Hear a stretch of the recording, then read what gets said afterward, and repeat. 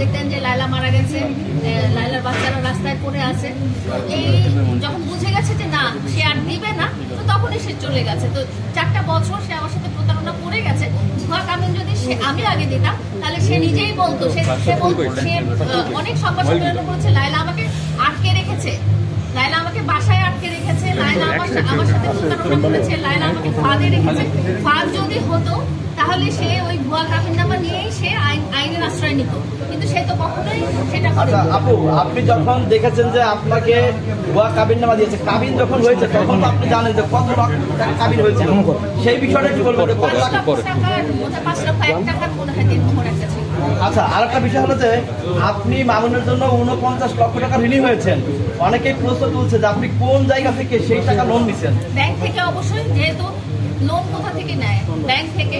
আমি প্রায় 6টা ব্যাংক থেকে লোন নিয়েছি। আমার যেভাবে লোন প্রসেস সেভাবে আমি লোন নিয়েছি এবং এটার স্টেটমেন্ট এবং সবকিছুই আছে। যদি আমি কখনো আইনের আশ্রয় নেই তাহলে আমি তো আমার তো আপনারা দেখেছেন আজ পর্যন্ত আমি যে কয়টা কারণে আইনে আশ্রয় নিয়েছি সবগুলো কিন্তু প্রমাণিত হয়েছে। সে যে আমাকে হত্যার চেষ্টা করেছে সেটা কিন্তু প্রমাণিত হয়েছে এবং 4 বছর হয়েছে। সে যে আমার সাথে প্রতারণা করেছে সেটাও কিন্তু প্রমাণিত হয়েছে। তো আমি যদি কখনো আমার আর্থিক ব্যাপারগুলো নিয়েও আমি আইনের আশ্রয় নিয়ে থাকি, সেটা প্রমাণ করা যথাযথ কাগজপত্র সবকিছু আমার কাছে আছে। আচ্ছা আপু, আমরা ফেসবুকে একাধিক পেজে বারবার একটি ভিডিও দেখতে পাচ্ছি, সেটা হচ্ছে 1 মিনিট, সেটা হচ্ছে মামুন সাহেব বলছেন তাকে দেখা যাচ্ছে যে তাকে হেনস্থা করানোর চেষ্টা করেছেন। আসলে যেহেতু আপনার নামে মামলা করেছেন, এই কথা বলে সে আসলে তার ঢাল হিসেবে ব্যবহার করছে। এই কথা কেন? আরো অনেক মিথ্যা কথাই বলে ঢাল হিসেবে ব্যবহার করছে। একজন বাহিনীর প্রধানের সাথে এই ব্যাপারটা, সেটা তো আমি নানা ইন্টারভিউতে দিয়েছিল, সেই কারণে কিন্তু আমার সাইবার ক্রাইম অফিসে যাওয়া হয়েছিল।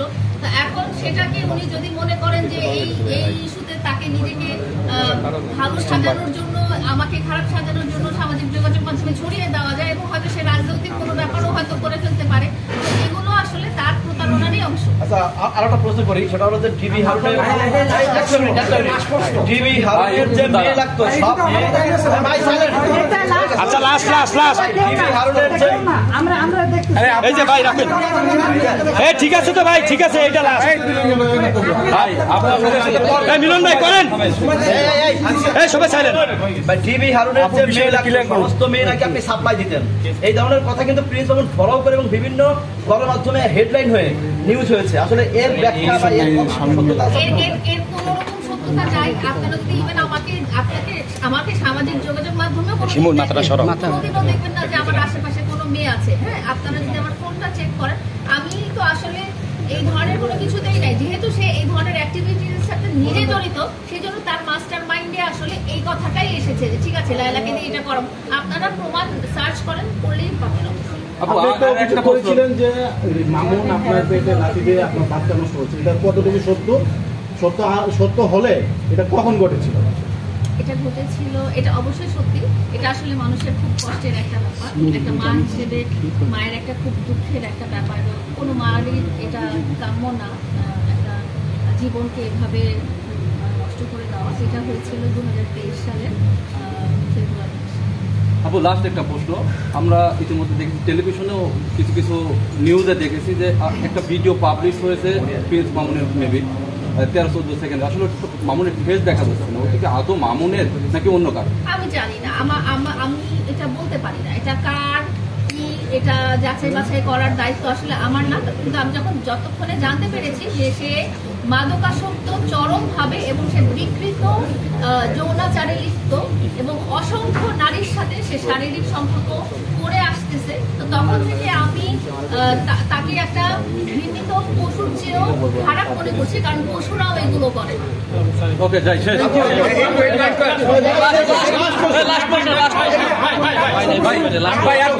একটা লাস্ট প্রশ্ন,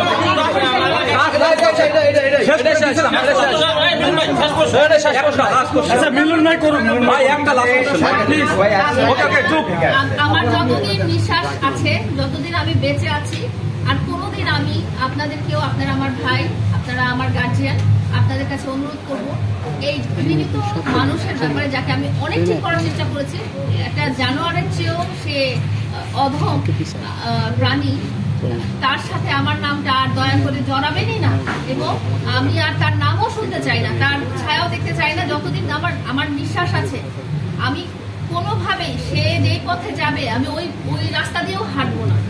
আমরা জানি আপনি মানুষকে সহযোগিতা করেন, মানে সরল মনে। এরপরে মামুনের পরে কার হেল্প করবেন? আমার নিজেরই এখন সাহায্য দরকার। আমি এমন অবস্থায় আছি যে আমার এখন হাত পাতার মতো অবস্থা হয়েছে। আপু টাকা থাকলে শাকিব খানকে টার্গেট করতে হয়। সেটা- এই নিউজ কিন্তু বাংলাদেশের হেডলাইন দিচ্ছে সমস্ত গণমাধ্যমে। কেন সেটা কেন? সেটা হচ্ছে যে আসলে না, আমরা নিউজ করার সময় দেখা যায় যে হেডলাইনটা পড়ে ভিতরের অংশটা পড়ি না। ভিতরের অংশে আমাকে বলা হয়েছে যে তুমি টাকা দিয়ে প্রিন্স মামুনকে টার্গেট করেছো। প্রিন্স মামুনের যেটা অভিযোগ ছিল যে আমি টাকা দিয়ে প্রলোভন দেখে তাকে টার্গেট করেছি। আমার কথা হয়েছে যে তার মতো একজন কি বলবো, একজন এইরকম একটা অমানুষ জানোয়ারকে কেন আমি টার্গেট করবো? যদি আমার এতই টাকা থাকে এবং আমার যদি ওই নেশাটাই থাকে যে আমার একজন সেলিব্রিটিকে টার্গেট করতে হবে, তাহলে তো আমি সর্বোচ্চ পর্যায়ে টার্গেট করবো। সেই জন্যই কথাটা আসলে বলা। আসলে এমন না যে আমি ওনাকে টার্গেট করবো, তাকে টার্গেট করবো, এটা আসলে বলা।